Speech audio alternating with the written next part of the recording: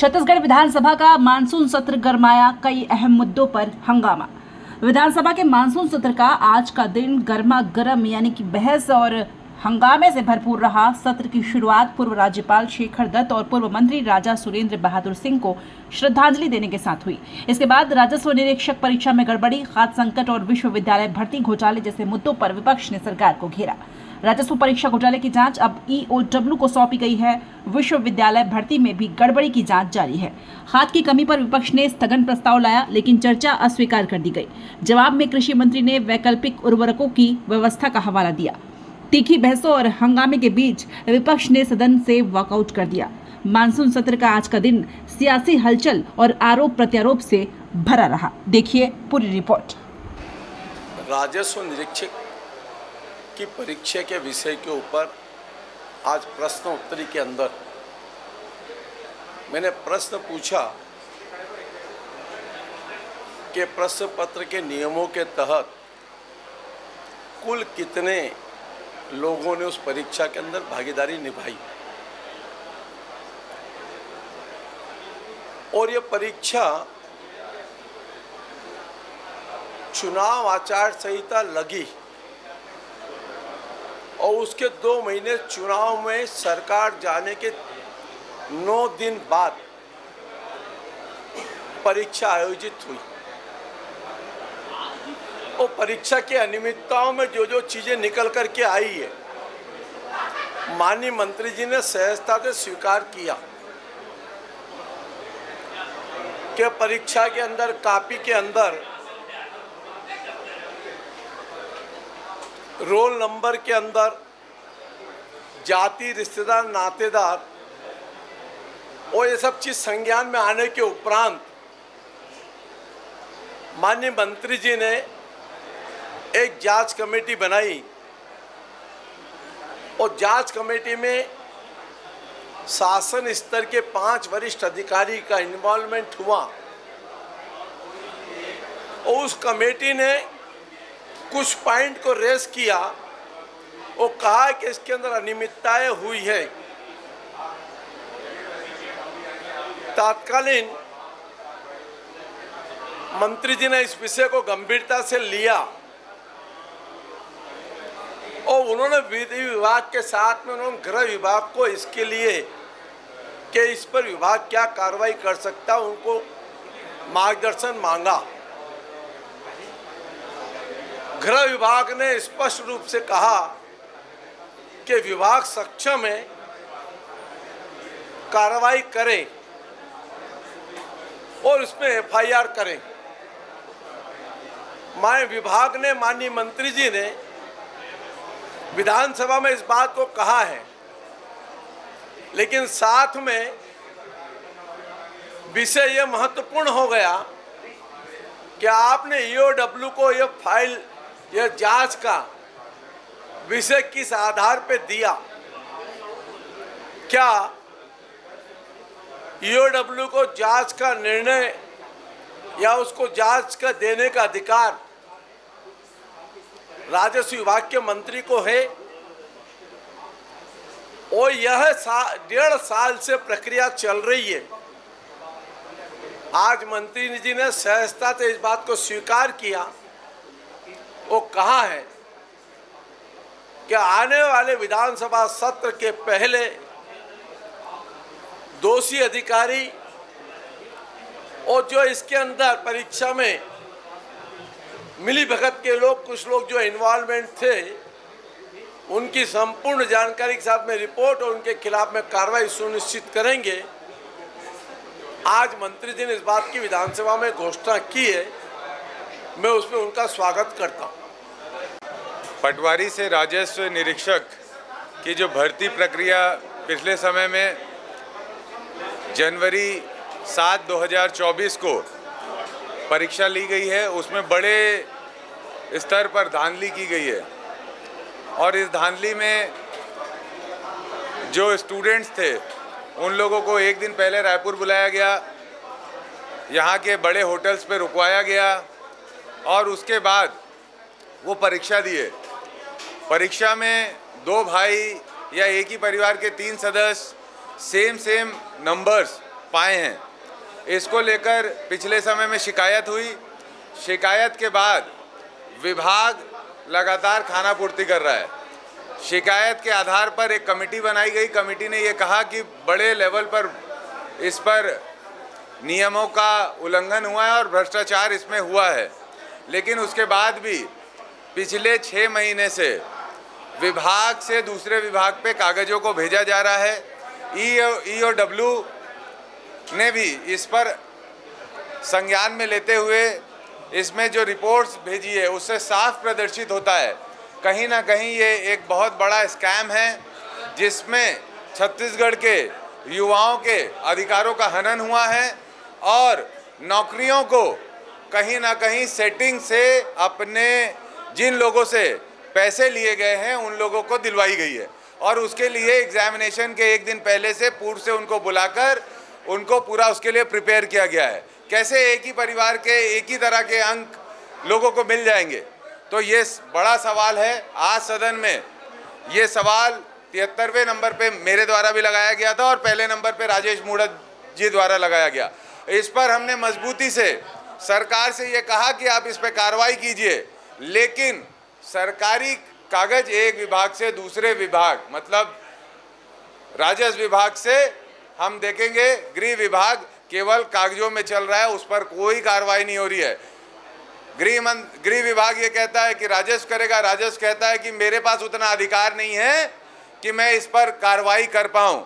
तो मैं आपके माध्यम से ये सवाल करता हूं कि प्रदेश का युवा जो बड़ी मेहनत करता है, ईमानदारी से लगन से परीक्षा की तैयारी करता है, ऐसे भ्रष्टाचार कर अगर उनके अधिकारों का हनन होगा, एक ही परिवार के कई लोगों को नौकरियां मिलेगी, एक ही नंबर मिलेगा, तो उसकी जांच कौन करेगा? आज भी सदन में मंत्री ने आश्वस्त किया जांच कराने का, लेकिन स्पष्ट नहीं किया कि FIR कब होगी और कब तक इसकी पूरी स्पष्टता आएगी और ये जो बड़ा स्कैम हुआ है इसकी स्पष्टता जनता के सामने आएगी। और जो लोग भी इसमें सम्मिलित हैं और जिन लोग भी ऐसे हैं जो लोग इस कारण अपने आप को उस मेरिट लिस्ट में नहीं पहुंचा पाए, उनका क्या होगा, इस पर भी कोई स्पष्टता नहीं आई, जिसका कांग्रेस कड़े शब्दों पर विरोध करती है। सदन में हमने इस बात को उठाया है। आने वाले समय में सरकार उचित कार्रवाई नहीं करेगी तो हम सड़कों की भी लड़ाई पूरी तरह लड़ेंगे और कोर्ट भी जाएंगे इस मामले में। धन्यवाद।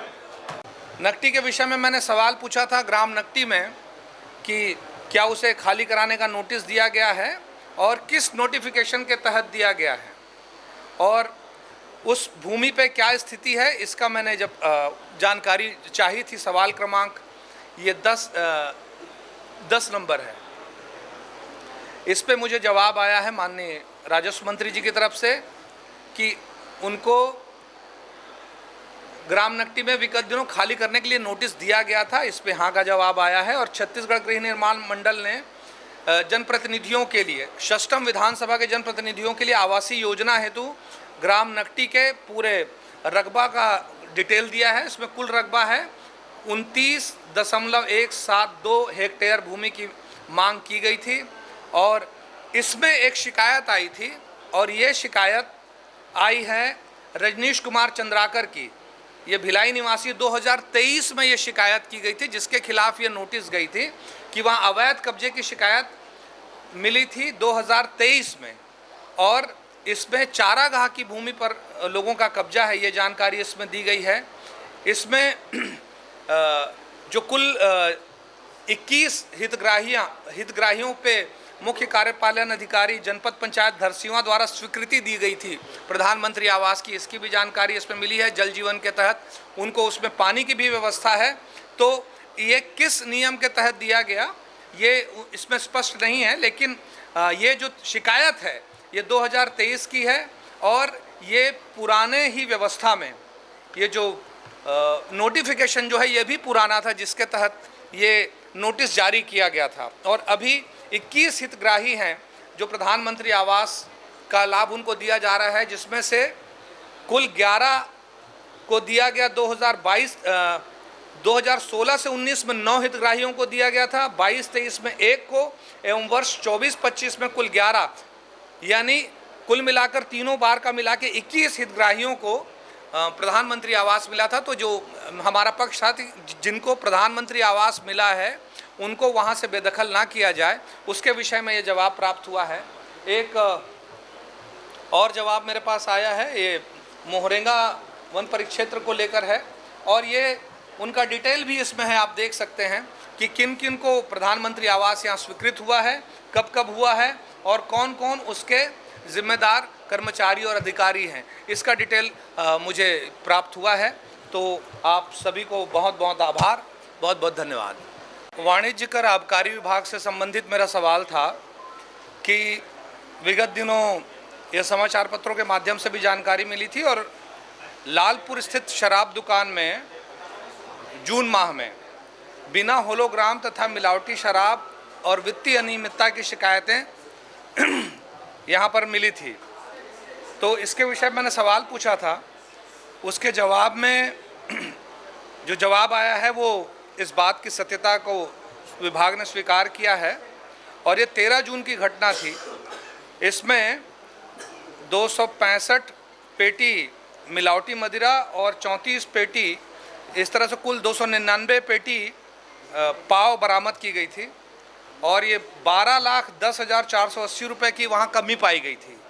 ये जवाब में मुझे प्राप्त हुआ है और इस पे माननीय मुख्यमंत्री जी ने कड़ी कार्रवाई करते हुए और ज़ीरो टॉलरेंस, भ्रष्टाचार के खिलाफ ज़ीरो टॉलरेंस की पॉलिसी पर चलते हुए उन्होंने एक सुपरवाइजर शेखर बंजारे, 3 विक्रयकर्ता मनीष रामटेके, श्याम किशोर साहू, युवराज मधुकर और एक मल्टी वर्कर सागर सोनवानी के विरुद्ध आपराधिक प्रकरण कायम किया है।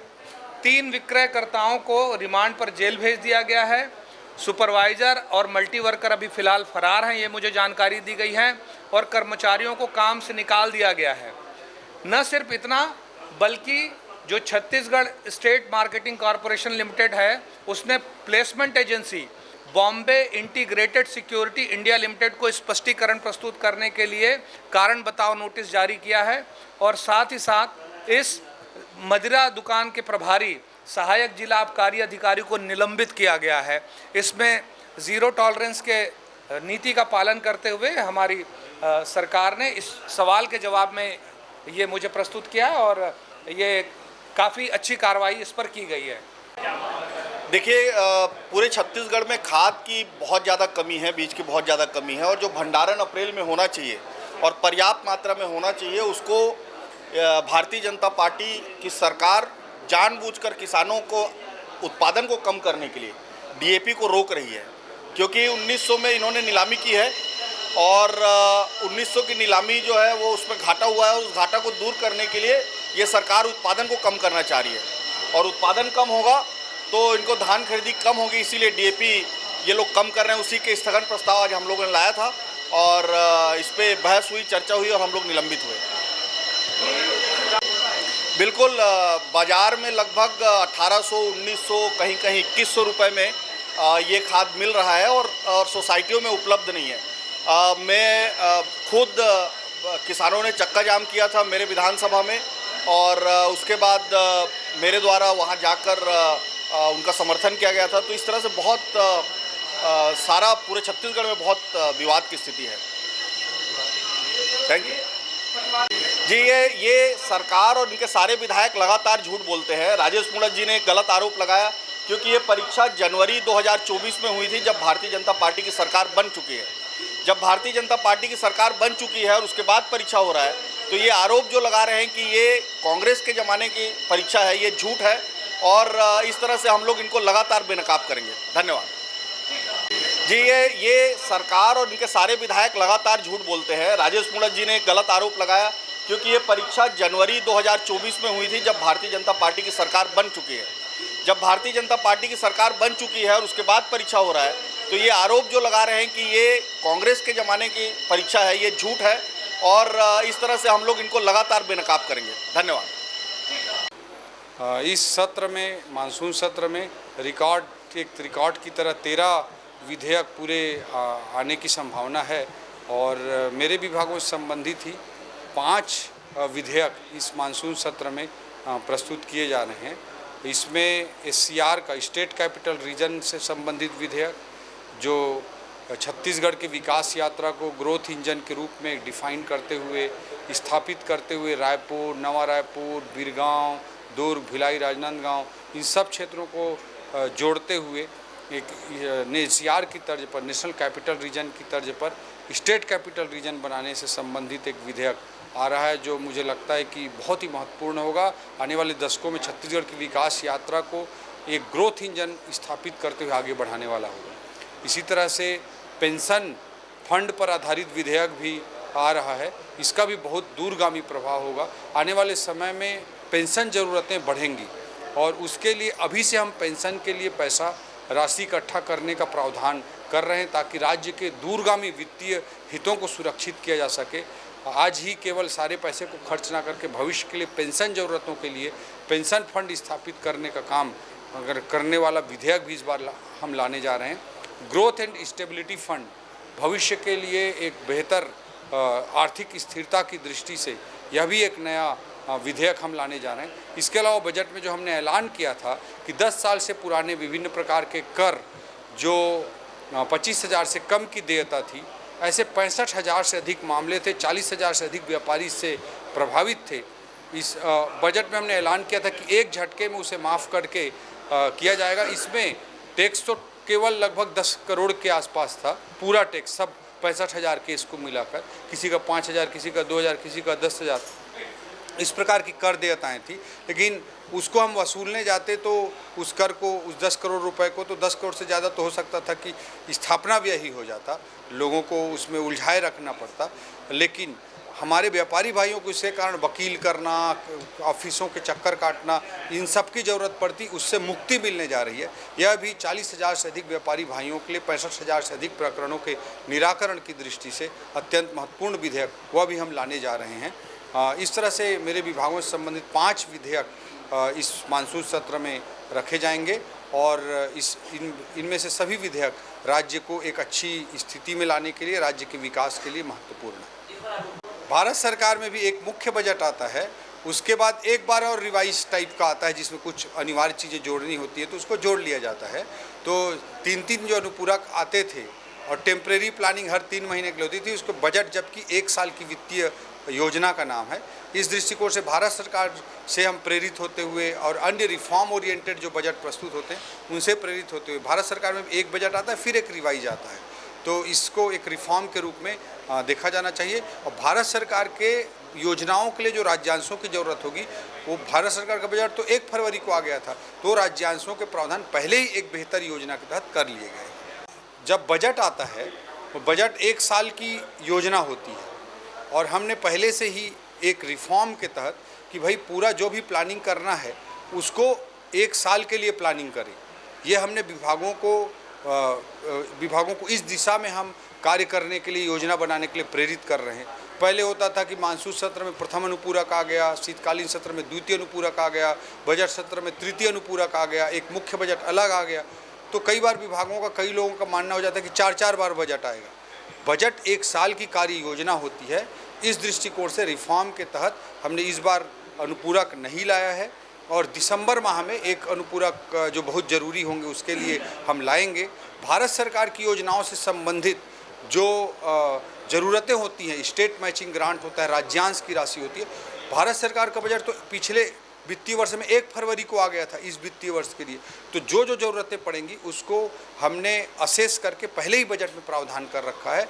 तो एक बेहतर प्लानिंग, एक टेम्परेरी टाइम बीइंग के लिए प्लानिंग ना हो, इस सोच, इस विजन के साथ इस बार प्रयास किया है हमारी सरकार ने मुख्यमंत्री जी के नेतृत्व में कि अनुपूरक बजट की ज़रूरत ना पड़े और सभी चीज़ों को हम तेज़ी से आगे बढ़ाने का काम कर रहे हैं। यह भी एक रिफॉर्म का हिस्सा है। हालांकि विष्णुदेव साय से मैंने पूछा था कि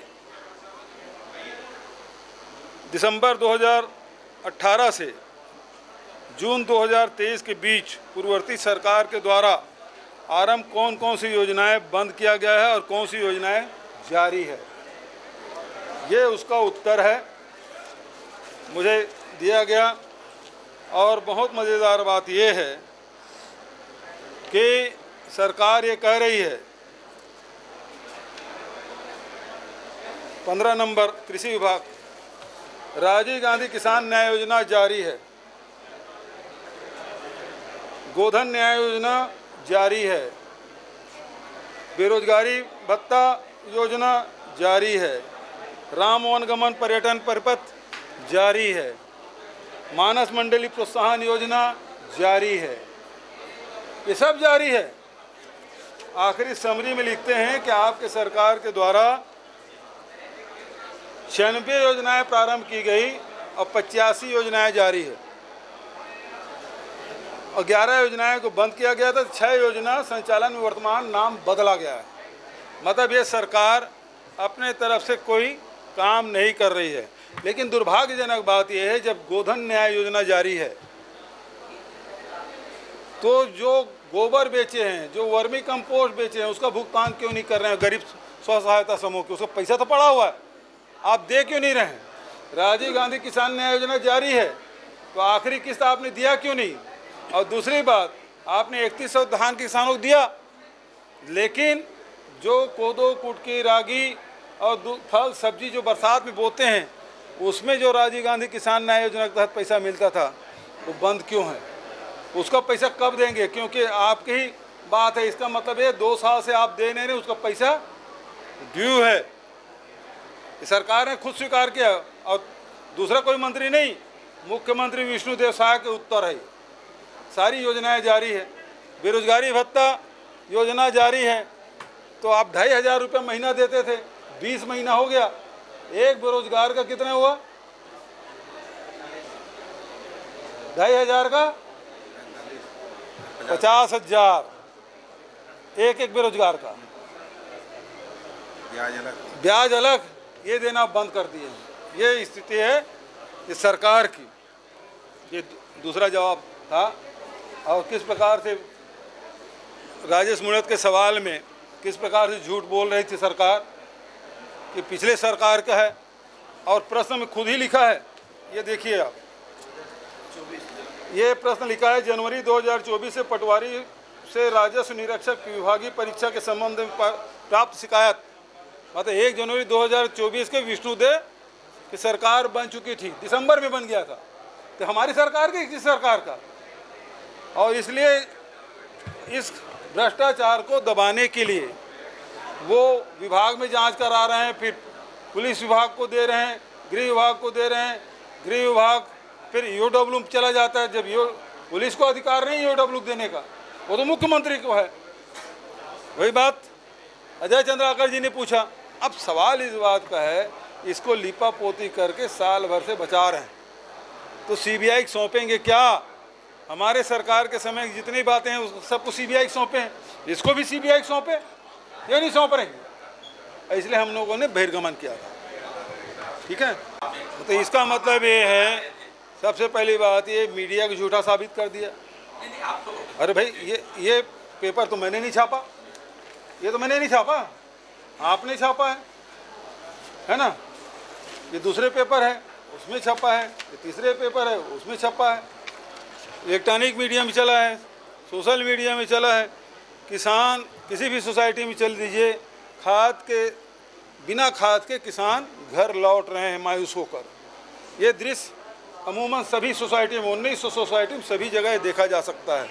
तो ये शुतुरमुर्ग जिस प्रकार से रेत में सर घुसा लेते हैं और समझते हैं कि तूफान निकल गया, ये मंत्री जी की जवाब उसी प्रकार का है।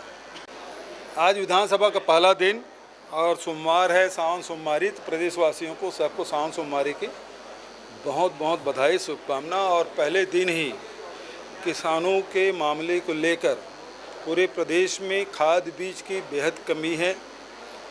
किसी भी सोसाइटी में डीएपी नहीं मिल रहा है, यूरिया नहीं मिल रहा है, और इसके कारण से किसान व्यापारियों के चंगुल में फंस रहे हैं। 1300 के डीएपी 1900 और 2000 रुपया प्रति बोरी खरीदने के लिए बाध्य है। ये डबल इंजन की सरकार पूरी तरह से असफल है। वैश्विक कारण बताकर डीएपी के कम उपलब्ध करा रहे हैं। यदि वैश्विक कारण है तो फिर डीएपी कहाँ से आ रहा है? जब आ रहा है तो फिर पूरी मात्रा में क्यों नहीं आ रहा है? जो अप्रैल महीने में पूरे सोसाइटी गोदामों में भंडारण हो जाता है, मई में पूरे सोसाइटियों में चला जाता है।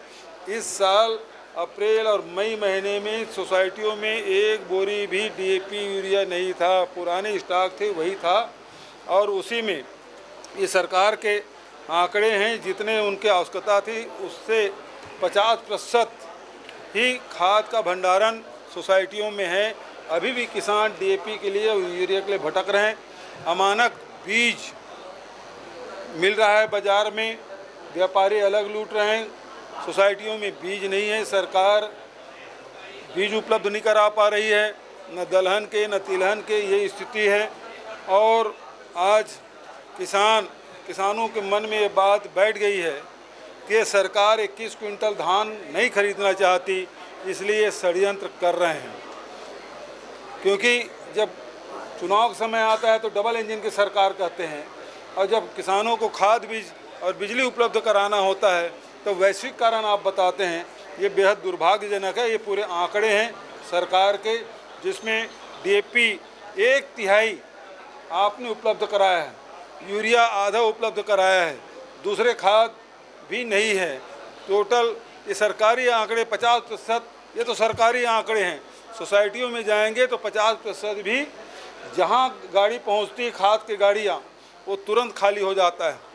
सोसाइटी में बैठे हुए लोग अलग लूट रहे हैं, क्योंकि बिना डीओ काटे ही जो प्रभावशाली लोग हैं, भाजपा के लोग हैं, वो तो खाद उठा ले रहे हैं। लेकिन जो गरीब किसान हैं, छोटे किसान हैं, जिसकी कोई पहुंच नहीं है, वो खाद से वंचित हो रहे हैं। और वही किसान दुगुने कीमत में खाद खरीदने के लिए बाध्य हैं। और दुर्भाग्यजनक बात यह है, जो खाद खरीद भी रहे हैं वो पानी में घुल नहीं रहा है, मतलब डुप्लीकेट खाद बिक रहा है। सरकार कितने जगह छापा डाल चुकी है। अमानक खाद बीज की खबरें लगातार समाचार पत्रों में आए हुए हैं। अब सर पेपरों में देखेंगे 38% खाद है, वो सभी कह रहे हैं। चाहे मंत्री जी जो जवाब दिए अभी वो अरे भाई, उनकी सरकार थी, वो अपनी योजना चलाए, उनकी योजना को हम क्यों ढोते रहेंगे।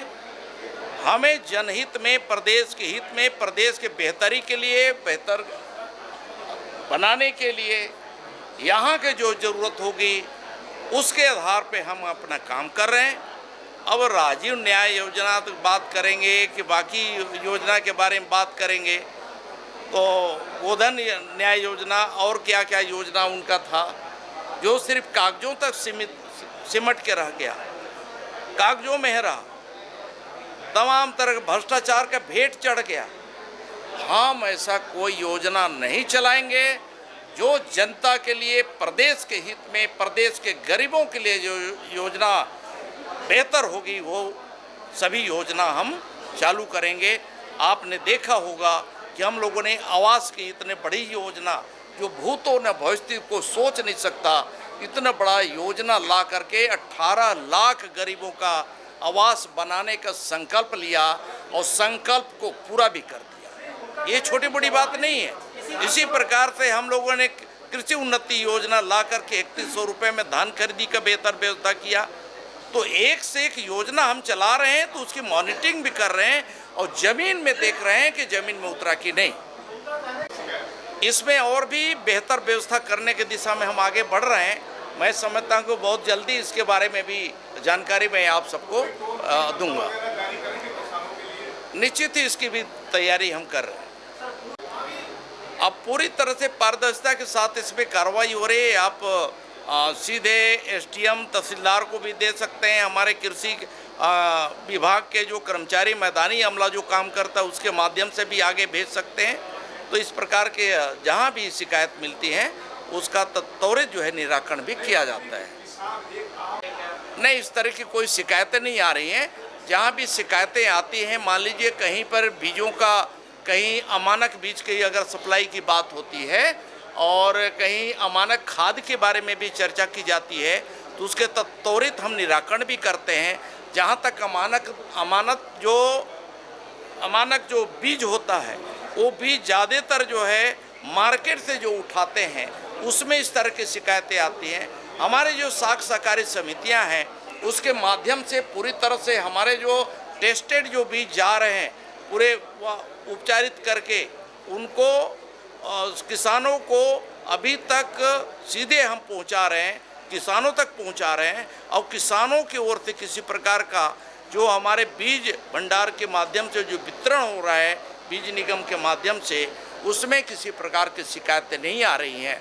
हाँ, इतना ज़रूर है कि जो निजी क्षेत्र में कुछ उर्वरकों के लेकर के जो शिकायतें आई हैं उसका निराकरण भी हम लोगों ने किया है। हमारे तमाम सारे अधिकारियों ने, जिला प्रशासन ने भी पूरी सक्रियता के साथ वहाँ कार्रवाई भी किया है। आपने भी देखा होगा कि कुछ जगहों में डुप्लीकेट खाद बनाने का भी कुछ लोगों ने प्रयास किया है, उसे मौके पर जा कर के पकड़ा भी गया और उसके खिलाफ सख्ती से कार्रवाई की गई। मैं समझता हूँ कि विपक्ष का एक कर्तव्य है, धर्म है, अपना विपक्ष का धर्म निभा रहे हैं, लेकिन धर्म निभाने के आड़ में गलत बयानबाजी करना मैं समझता हूँ कि लोकतांत्रिक जो मर्यादा है उसके विपरीत है। और विपक्ष को जो वस्तु स्थिति है उसके आधार पे जरूर ही बात रखनी चाहिए, उनका अधिकार है। मैं पूरे सत्यता के साथ मैं अपनी बात को, शासन का जो पक्ष है, ज़मीनी स्तर में जो उर्वरकों की जो भंडारण है और उनका जो वितरण है उसको लेकर के वक्तव्य दिया है। और हम ये भी कहना चाहूँगा कि पिछले साल की तुलना में आज के तिथि में जितने पिछले साल हमने उर्वरक और बीज का वितरण किया था उससे कहीं अधिक वितरण और भंडारण हमने अभी तक किया है। और जहाँ तक यूरिया की और डीएपी की बात है तो हमने अपने उत्तर में ही बताया है कि बहुत सारे कुछ ऐसे हैं कि जो वैश्विक जो समस्याएं हो उसके चलते हम डीएपी की आपूर्ति नहीं कर पा रहे हैं। बनिस्बत बाकी जो उर्वरक है उसकी पर्याप्त भंडारण भी हमने किया है और जितनी आवश्यकता है उससे अधिक बढ़ा करके भी किया है। और इसलिए किया है कि चूँकि डीएपी की कमी है उसके जगह में हम दूसरे खाद से जो कमियां हैं उसको पूरा करेंगे। और इसीलिए डीएपी को देखते हुए एक हमारे कृषि वैज्ञानिकों ने ही इजाद किया है कि नैनो यूरिया और डीएपी कमी है तो डीएपी नैनो का भी हम वितरण कर रहे हैं, जो सभी सहकारी समितियों में उपलब्ध करा दिया गया है। मैं समझता हूं कि विपक्ष को इन सभी बातों को आम जनों के बीच में रखना चाहिए और एक विश्वास का भाव पैदा करना चाहिए कि जो नैनो यूरिया आ रहा है, नैनो डीएपी आ रहा है, हम अधिक से अधिक उसका अगर उपयोग करते हैं तो प्रति एकड़ करीब 75 रुपये का उनका बचत होता है और समय की भी बर्बादी नहीं होगी। तो मैं समझता हूँ कि इस दिशा में हमें आगे बढ़ना चाहिए। हमारा अभी तक लगातार जो पिछले महीने जो कृषि संकल्प अभियान चला, उस संकल्प अभियान के माध्यम से भी कृषि का वैकल्पिक और क्या व्यवस्था हो सकता है, इन खादों की कमी को कैसे हम पूरा कर सकते हैं, इसके बारे में भी हम लोगों ने उन शिविरों में जा कर के हमारे वैज्ञानिकों ने, अधिकारियों ने और जनप्रतिनिधियों ने उनके बीच में अपनी बात को रखा है। और ख़ास करके इस दिशा में लगातार हम लोग का मॉनिटरिंग भी चल रहा है। विभाग के लोग भी लगातार सक्रियता के साथ वहाँ उन क्षेत्रों में जा रहे हैं और काम कर रहे हैं।